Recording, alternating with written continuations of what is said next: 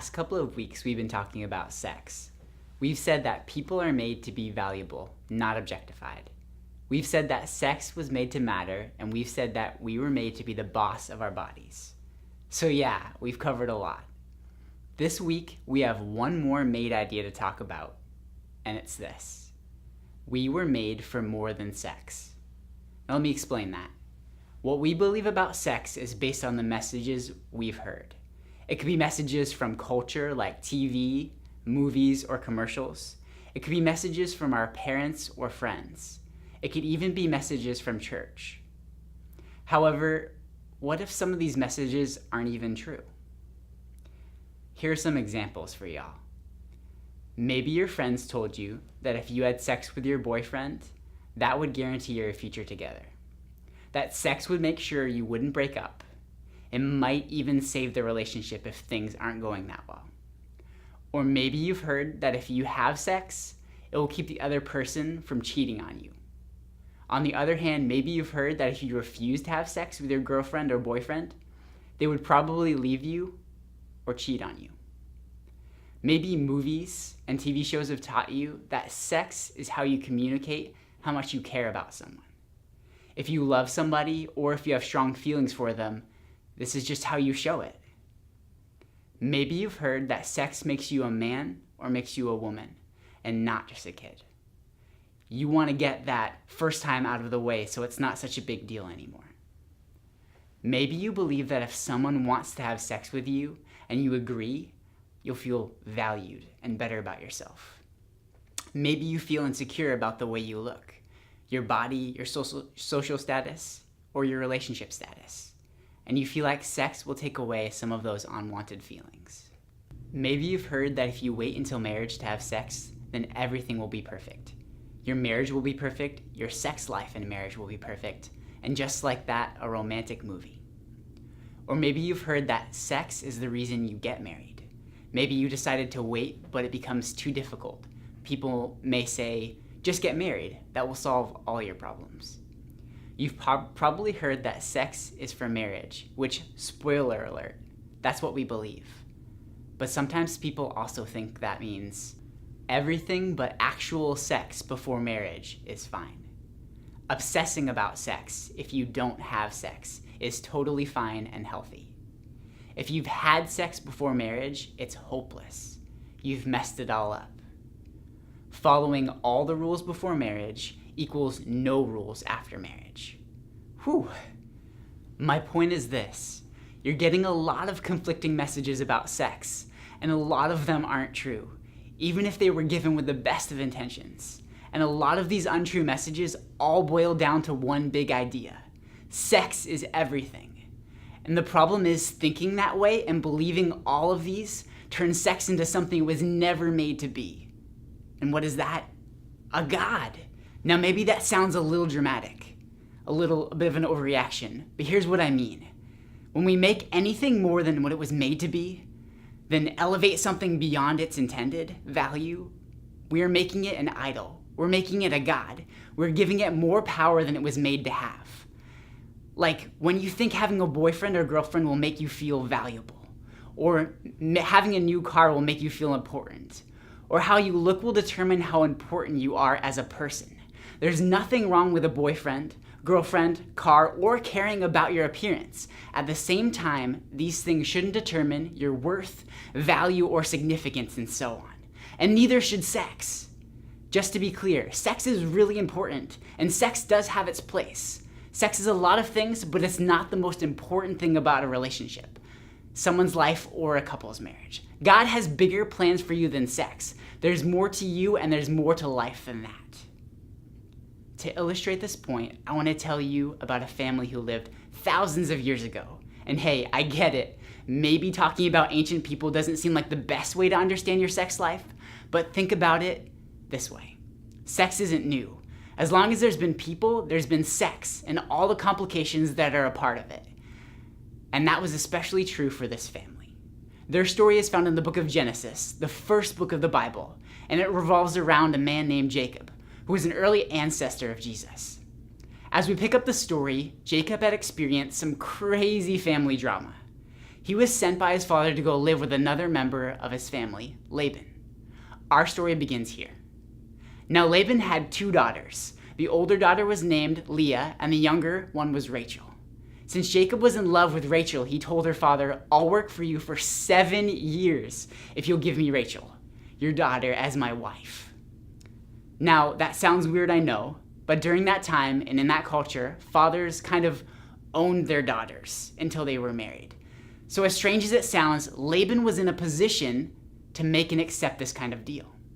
So Jacob did exactly as he promised and worked for 7 years. This might be great dating advice. Maybe see if they'll work for 7 straight years to earn the right to go out with you. Once Jacob finished those 7 years, he got his wish. Actually, just kidding, not really. So Laban invited everyone into the neighborhood and prepared a wedding feast. But that night, when it was dark, Laban took Leah to Jacob and he slept with her. But when Jacob woke up in the morning, it was Leah. Worst prank ever. Okay, now we're moving into some really reality TV territory. If culture was so violent back then, wouldn't this mean that Jacob would attack Laban with a sword or something like that? No. All Jacob asked was a couple of questions.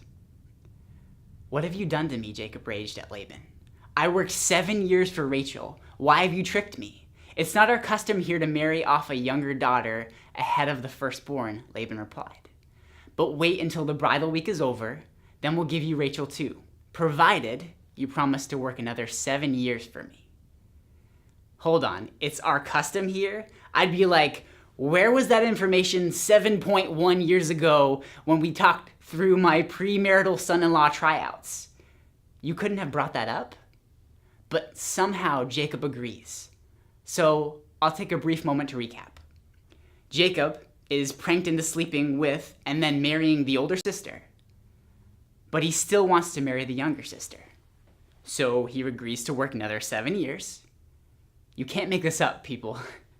Jacob marries Rachel, then continues working for Laban. Except now there's a new problem.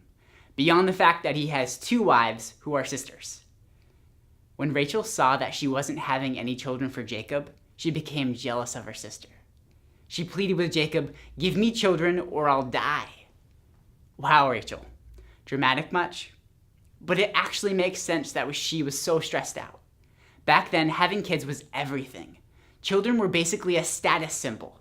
They carried on the family line, which was huge. And now Rachel is having issues with this area. To make matters worse, her older sister is cranking out son after son. In fact, she named each son a different word that reflects her unhappiness in being married to someone who doesn't love her. Weird flex, but okay. But do you see what's happening here? All Jacob wanted was Rachel. He thought that marrying her would make him happy. She was his dream girl. She would make everything right in this world. Why else would he work for 14 years to be with her? All Rachel wanted was sons. She thought that would make her happy. That's why she resented her sister Leah and when she had kids. And every son that Leah gave Jacob was like a knife in the back and a reminder that Rachel couldn't do for him. All Leah wanted was Jacob's love. She thought that would make her happy. She obviously got the feeling that Jacob didn't love her though. I mean, why else would a mom give her sons names that reflect her loneliness? She was really trying to make it clear, I need a little love and attention over here. This is about 3 people who wanted 3 different things. And oddly enough, all of these things were connected in some way to sex. Jacob wanted to have sex with a girl of his dreams. Rachel wanted sex to give her what it was giving to her sister, children. And Leah wanted the person she was having sex and children with to love her. All of them wanted something connected to sex. What they thought would make their lives better, whether it would make them feel appreciated, valuable, or loved. And what they thought sex should give them was an idol in their minds. But sex didn't deliver any of these things they wanted. See, people have believed unhealthy and untrue things about sex forever. We aren't the first people to believe that it can make our lives complete, save our relationships, make our marriages perfect, or make us feel valuable and wanted. Sure, sex may momentarily solve some problems or help us escape some pain, but it's never the cure we think it will be. because sex wasn't made to be everything to us. Neither was marriage or love or children. Think about it. Leah figured this out after she married Jacob. Jacob figured this out once he married Rachel. And Rachel figured this out once she married Jacob. Sex didn't solve the problems they hoped it would solve. Why? Because it's not made for that.